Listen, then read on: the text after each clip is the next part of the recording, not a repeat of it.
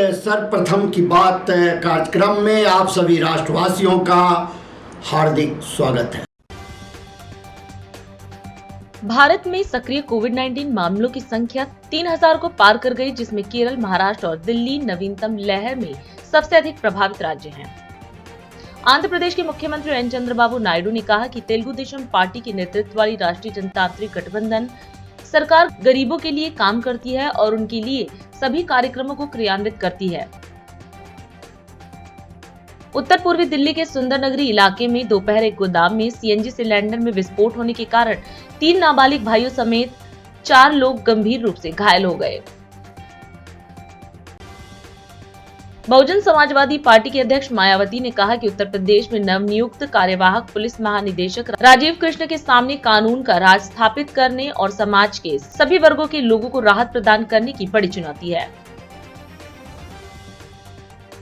प्रमुख रक्षा अध्यक्ष जनरल अनिल चौहान ने कहा कि भारत ने ऑपरेशन सिंदूर के जरिए आतंकवाद के खिलाफ एक नई लक्ष्मण रेखा खींची है।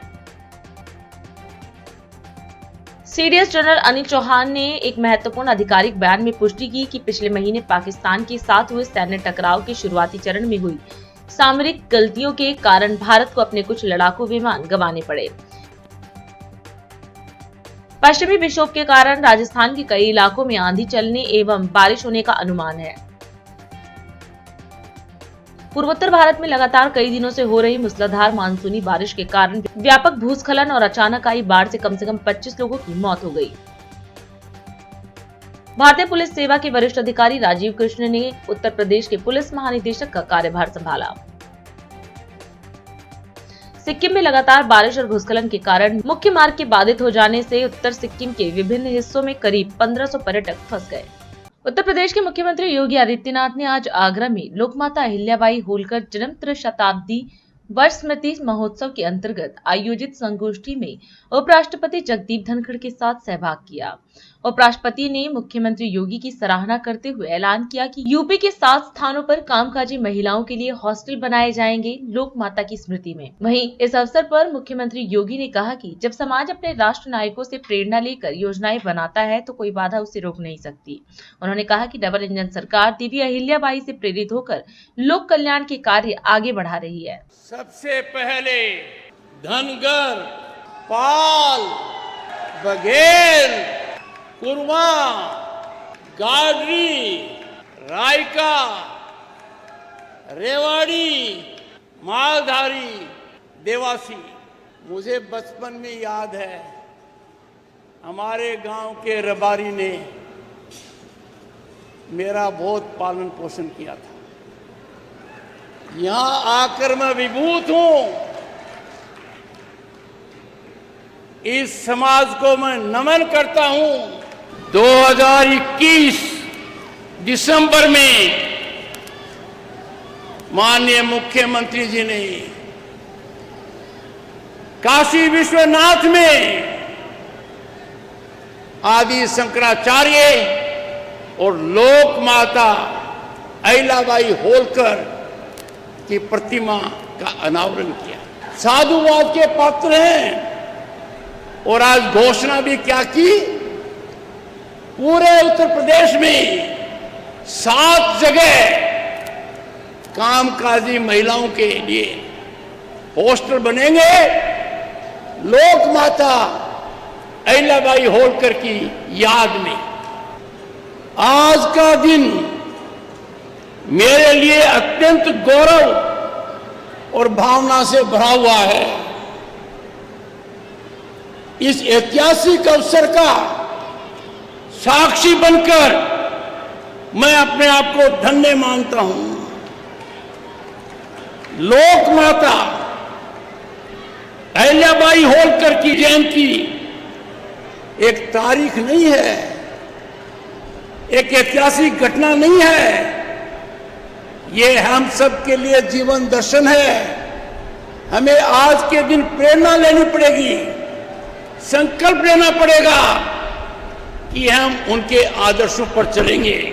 लोकमाता अहिल्याबाई त्रिशताब्दी जन्म महोत्सव के आज के इस भव्य समारोह में उपस्थित पाल बघेल समाज से जुड़े हुए सभी मेरे उपस्थित बहनों और भाइयों, ये ब्रज भूमि है आगरा की इस ऐतिहासिक धरती पर, जिसे भगवान बांके बिहारी और कृष्ण कन्हैया का सानिध्य प्राप्त हुआ था और निरंतर उनकी आशीर्वाद की कृपा इस पूरे ब्रज क्षेत्र में बरसती है।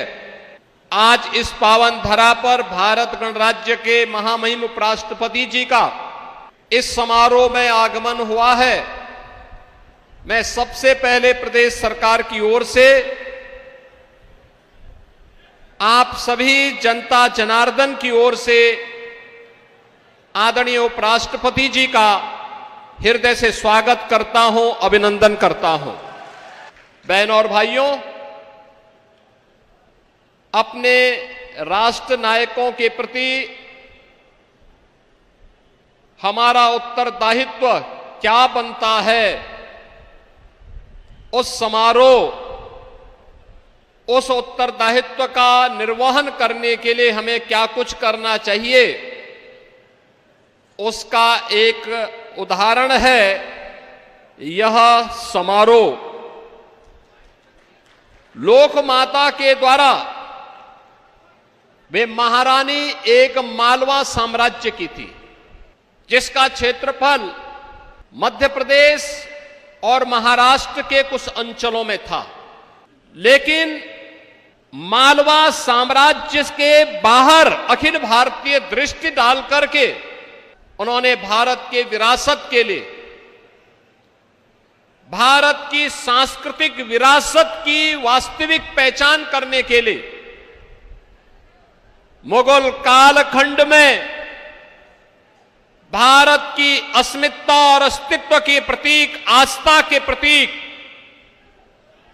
जिन पवित्र मंदिरों को विदेशी आक्रांताओं ने नष्ट भ्रष्ट कर दिया था, उनकी पुनर्स्थापना का कार्य करने की जो महती कार्य आज से 250 वर्ष पहले किया था, उसके प्रति कृतज्ञता ज्ञापित करने का समारोह है लोक माता की त्रिशताब्दी यानी 300वीं जयंती समारोह का ये महोत्सव।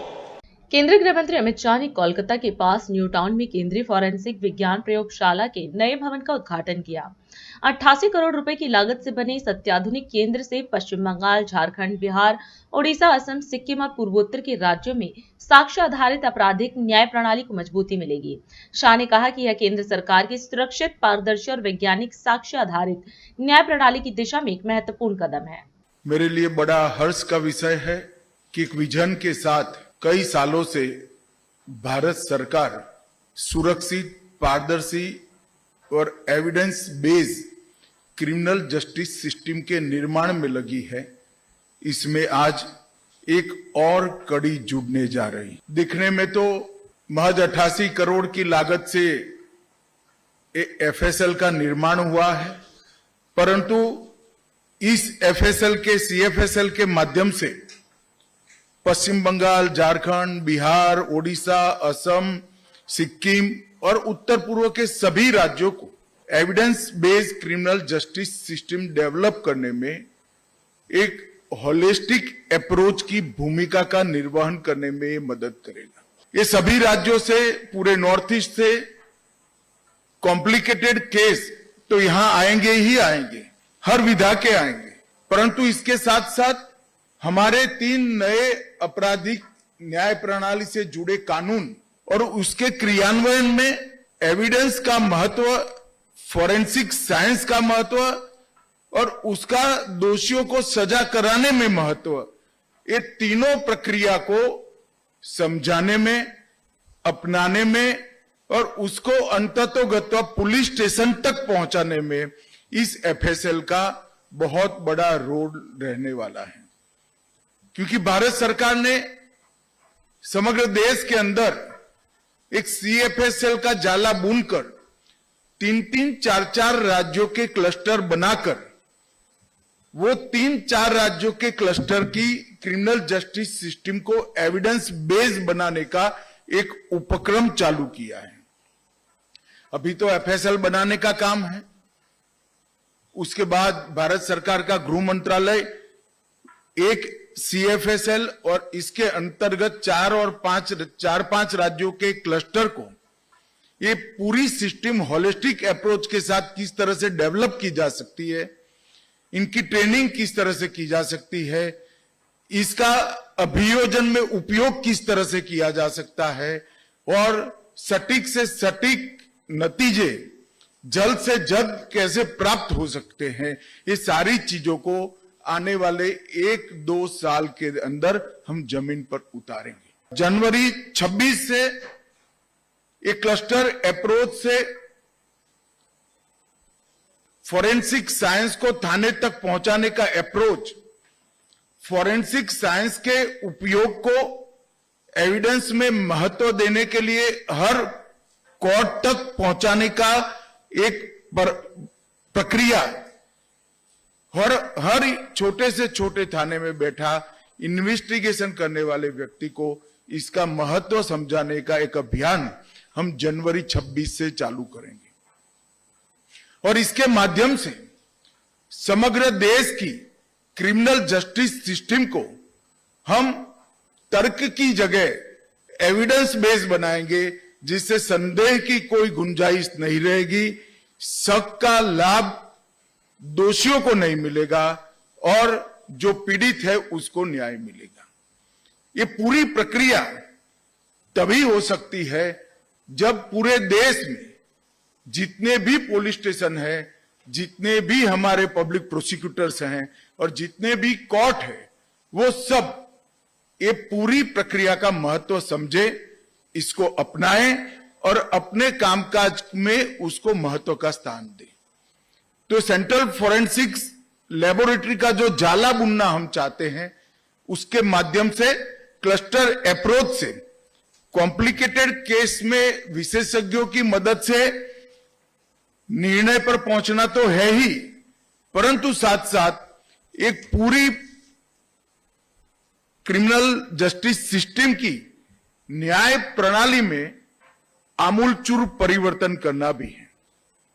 ये जो 6 एकड़ में लगभग 90 करोड़ सी लागत से CFSL बनी है, इसमें बायोलॉजी, सीरोलॉजी, DNA परीक्षण, केमिस्ट्री, विस्फोटक, विष विज्ञान, narcotics, ballistic, computer science, psychology और फिजिक्स, ये सब डिपार्टमेंट एक साथ चालू होंगे। तो राज्य की FSL में जहां तज्ञता की जरूरत होगी, विशेषज्ञ की जरूरत होगी, वो सारे केस यहां बहुत सरलता से ट्रांसफर भी होंगे और इसका उपयोग भी कर पाएगा। भारतीय जनता पार्टी की राष्ट्रीय अध्यक्ष जेपी नड्डा जयपुर स्थित राजस्थान इंटरनेशनल सेंटर में आयोजित महिला सशक्तिकरण महासम्मेलन में शामिल हुए। यह आयोजन लोकमाता अहिल्याबाई होलकर की 300वीं जयंती के उपलक्ष्य में हुआ। अपने संबोधन में जेपी नड्डा ने अहिल्याबाई को समाज सुधारक बताते हुए कहा कि उन्होंने भारतीय सांस्कृतिक परंपरा और विरासत को संरक्षित करने और सामाजिक न्याय की लड़ाई लड़ी। देवी और सज्जनों, मेरा ये सौभाग्य है कि मुझे आज पुण्य श्लोक माता अहिल्याबाई होलकर जी के 300 वर्ष के जन्म जयंती पर राजस्थान की पवित्र वीर भूमि पर आने का सौभाग्य मिला है। मैं इसके लिए आप सबको बहुत बहुत धन्यवाद देता हूं कि आपने मुझे इस कार्यक्रम में शामिल किया है। कि पुण्य श्लोक माता अहिल्याबाई होलकर जी का 300 वर्ष की जन्म जयंती जब हम मना रहे हैं, हम उनको याद करते हैं एक समाज सुधारक के रूप में।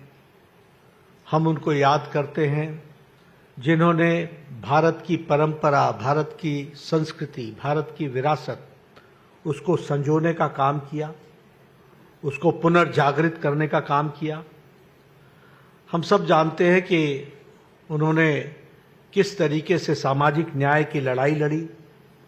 और सबसे बड़ी बात यह है कि आज से 300 साल पहले जब महिला उत्पीड़न एक समाज की व्याप्त ग्रसित समस्या थी, तो उस समय उन्होंने महिलाओं के उत्थान के लिए काम को आगे बढ़ाया। यह जीवन का उनका सबसे बड़ा लक्ष्य बना। इसको भी हमको ध्यान में रखना चाहिए।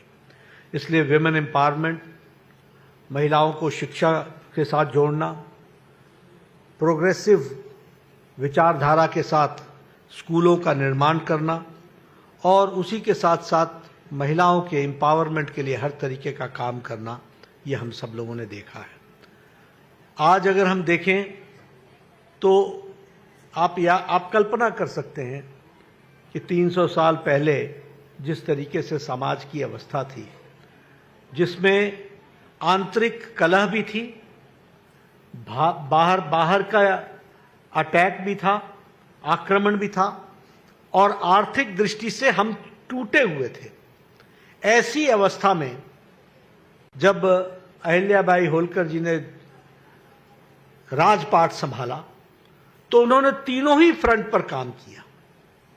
आंतरिक कलह को समाप्त किया, किसानों को सुदृढ़ बनाया, व्यापार को आगे बढ़ाया और बाहरी खतरों से प्रदेश को, देश को बचाने का काम किया, राज्य को बचाने का काम किया।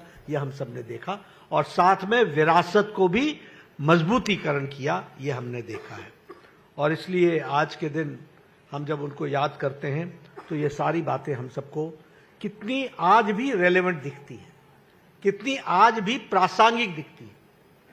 और प्रासंगिक इसलिए कि जिन बातों से उस समय अहिल्याबाई माता, पुण्य श्लोक माता अहिल्याबाई होलकर जी जूझ रही थी, वही समस्याएं से आज भारत के प्रधानमंत्री नरेंद्र मोदी जी बखूबी उन्हीं बातों की लड़ाई लड़ करके समाज को पूरी ताकत से आगे बढ़ाने का और देश को आगे बढ़ाने का काम कर रहे हैं।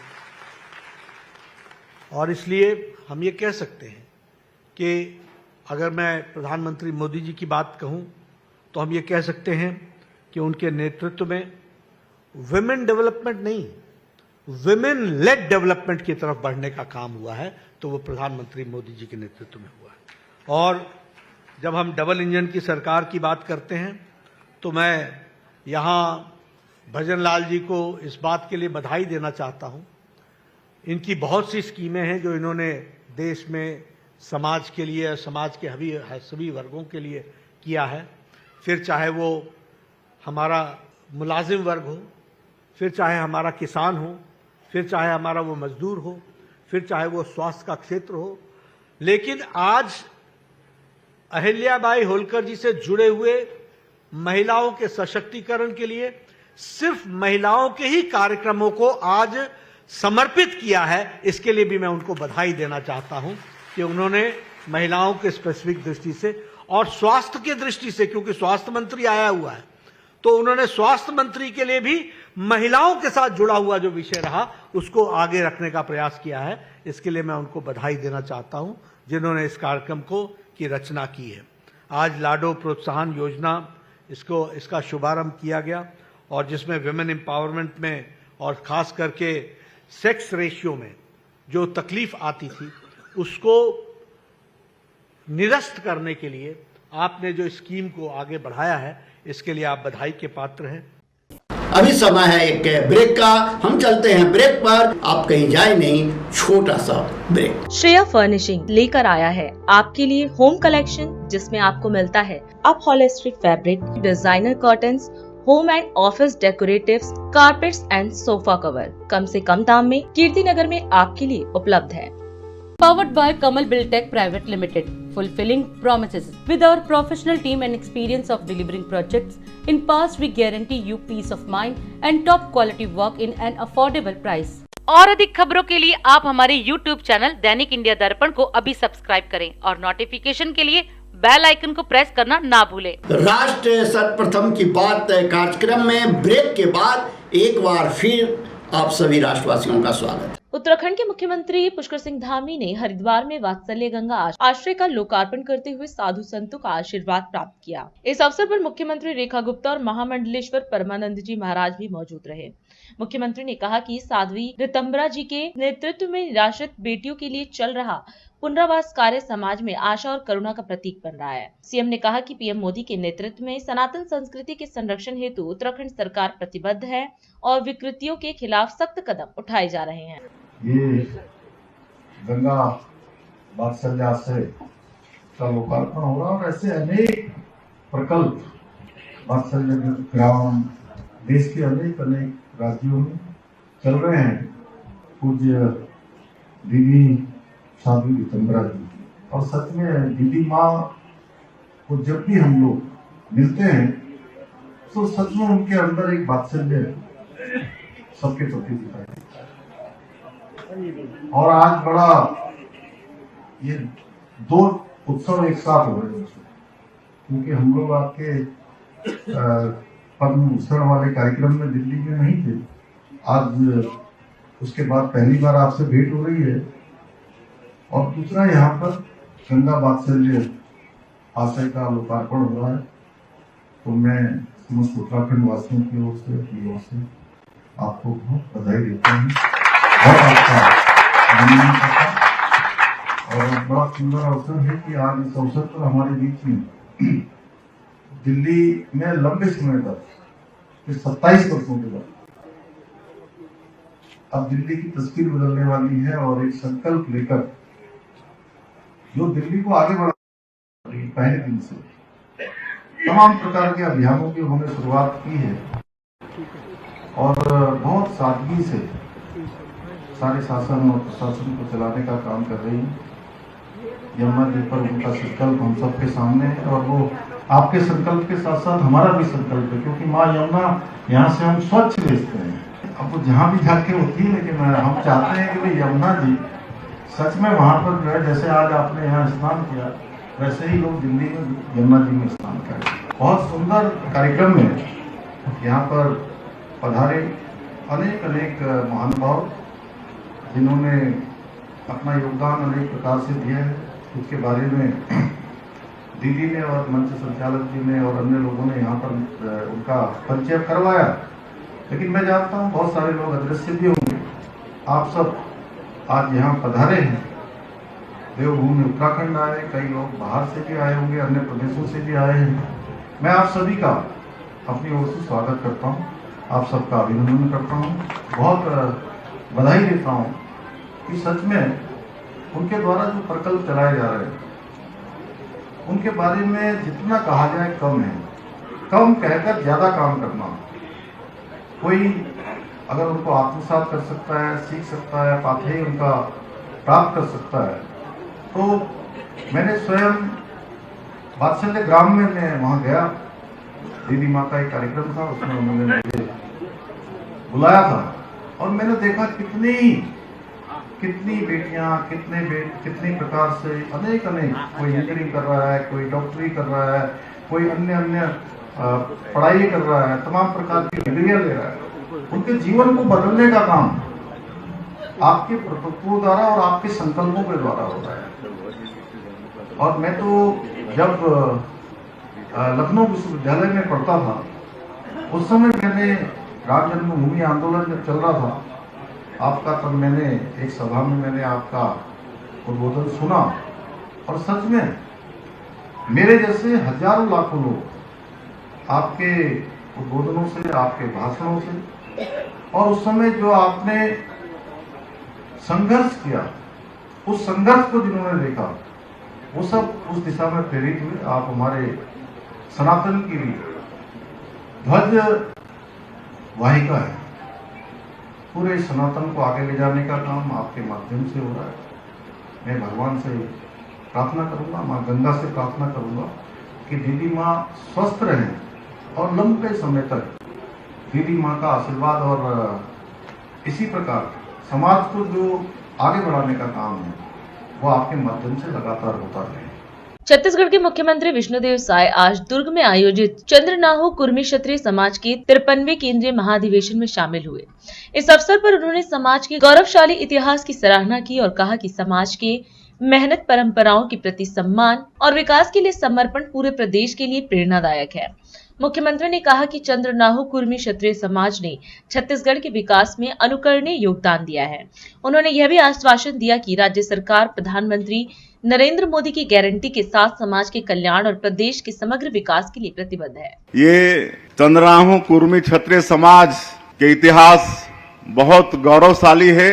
इस समाज में छत्रपति शिवाजी महाराज जैसे प्रतापी राजा होइन, सरदार वल्लभ भाई पटेल जो लौह पुरुष के नाम से विख्यात होइन, जो आजादी के बाद में जो 500-600 छोटे छोटे रियासत में हमारे देश बंटेरिस वो सबला एक करे के काम करी जैसे सरदार वल्लभ भाई पटेल ऐसा समाज और एक शिक्षित समाज, उन्नत कृषक मन के समाज, और अब तो कृषि के साथ साथ व्यापार में भी बहुत आगे ये समाज बढ़ गई से ऐसे समाज के बीच में आज ये महाधिवेशन में आपन के बीच में अपने आप के पाकर मला वास्तव में बहुत खुशी होते और एक में पुनः समाज के आभार व्यक्त करना चाहूं कि ये अवसर आप मन हमला उपलब्ध कराए हो।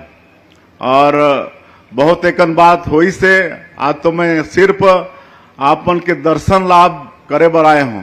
आप सबला मालूम है कि आप मन के आशीर्वाद से हमन सरकार में बैठे हन और 1.5 साल में छत्तीसगढ़ के सबके हित के काम करत हन। जैसे हमार देश के यशस्वी प्रधानमंत्री जी के नारा है, सबका साथ, सबका विकास, सबका विश्वास और सबका प्रयास। बोला हमन भी मूल मंत्र मानते हुए छत्तीसगढ़ के निवासी मन के विकास के हमन चिंता करत हन। और हमार जो पहले तो जो 2023 के विधानसभा चुनाव में हमार देश के प्रधानमंत्री आप मन के बीच में आके वादा करे रहिस कि आप भारतीय जनता पार्टी की सरकार बनाओ तो सारा विकास का काम होगा। और वो वादा ला हमन मोदी की गारंटी के नाम दे रहन। और आप मला ये मालूम होना चाहिए कि मोदी की गारंटी कहले गारंटी पूरा होए के गारंटी।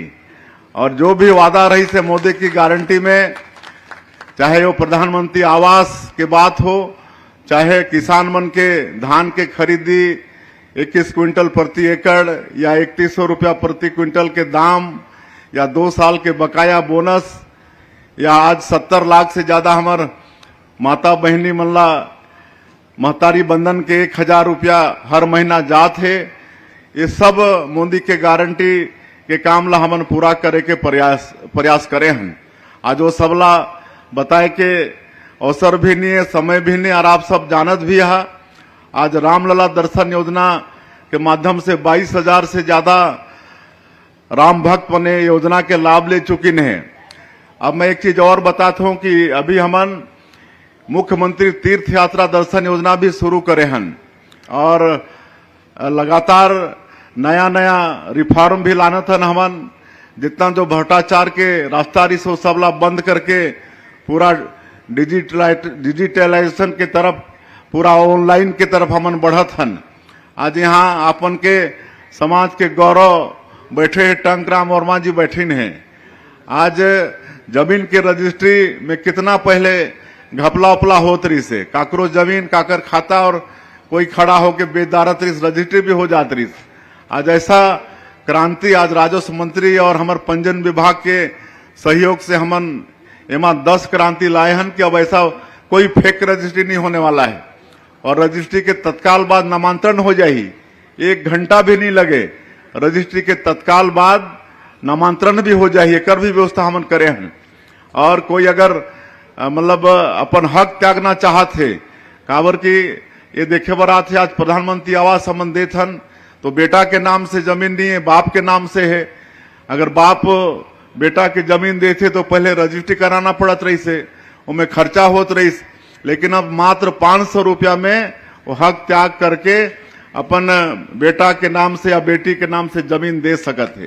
ये सब सारा व्यवस्था हमन छत्तीसगढ़ के अंदर में करत हन। फिर से एक बार चंद्राहनु ये कुर्मी समाज के सभी पदाधिकारी और ये महाधिवेशन में आए सभी सज्जनबिन सबके आपन के आभार करते हुए, आपन के जोहार और नमस्कार करते हुए आपन ये महाधिवेशन में बुलाव कर ले धन्यवाद देते हुए अपन बात के अंत करत हो। जय हिंद, जय छत्तीसगढ़। और अधिक खबरों के लिए आप हमारे YouTube चैनल दैनिक इंडिया दर्पण को अभी सब्सक्राइब करें और नोटिफिकेशन के लिए बेल आइकन को प्रेस करना ना भूलें। आज हम इस कार्यक्रम में आपसे विदा लेते हैं। आप अन्य खबरों के लिए बने रहे। राष्ट्र सर्वप्रथम, वंदे मातरम, जाग उठा है भारत। राष्ट्र सर्वप्रथम, राष्ट्र